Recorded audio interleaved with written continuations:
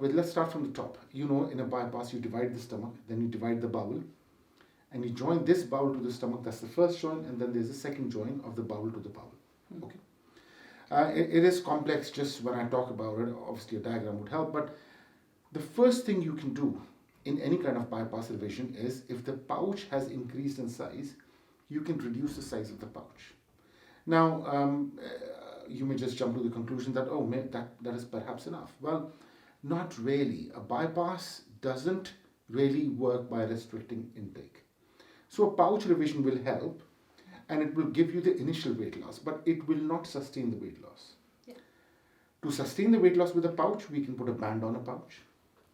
And that's again a double-edged sword. Band will help because it will regulate the size of the stoma or the hole through the pouch, but then bands have their own problems like erosion, and that can happen too. Now, in a simple way, I will try explaining the three components of a bypass. The first is the pouch.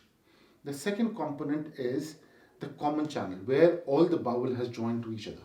Yes. And which we have, let's say, a 10-meter common channel or a 1,000 centimeter common channel. That's what, on an average, we have. It can be between 3 meters and 11 meters. So common channel is one component, the pouch is another component, but the third most important component is the biliary limb, or the part of the bowel that comes out of the stomach and joins the common channel.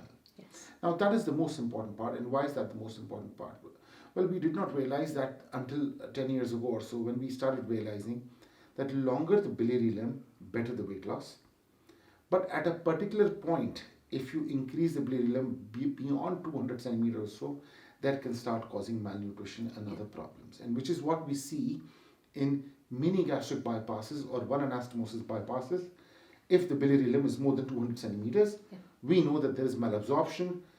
There is a hard cutoff for 210, 220. Nobody goes above 210, 220 centimeters.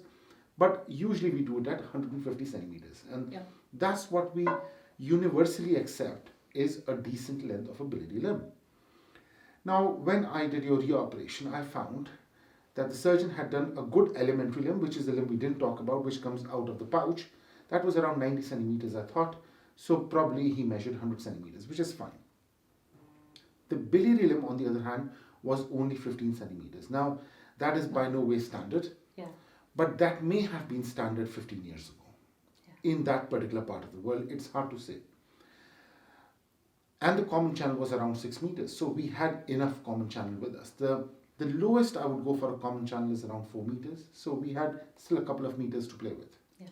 So what we did was took out 150 centimeters of the common channel and put it into the biliary channel, which means the biliary channel becomes 165. I know this is very confusing. I'm getting confused as I'm saying it. But the biliary channel then becomes 165 centimeters. The common channel becomes 4.5 meters. And the elementary channel stays at 90 or 100 centimeters. What this does is creates a longer BP limb, which should get you the weight loss, but not cause problems with excessive diarrhea or malnutrition. We know that this approach works for mini bypasses.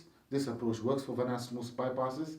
In a Roux-en-Y gastric bypass, having an elementary limb reduces the effect of this 150. So you could go to 200, but I think it is safer to just start with 150 and see how things go.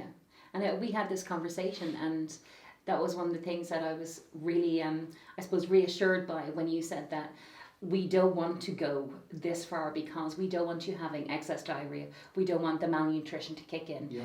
We want to keep it at that kind of level that it's manageable and you're getting the better weight loss. But it's only actually in the last 10 years that we've seen the research that shows that by increasing it for myself up to 150 centimeters, that we actually have more successful weight loss. Yes.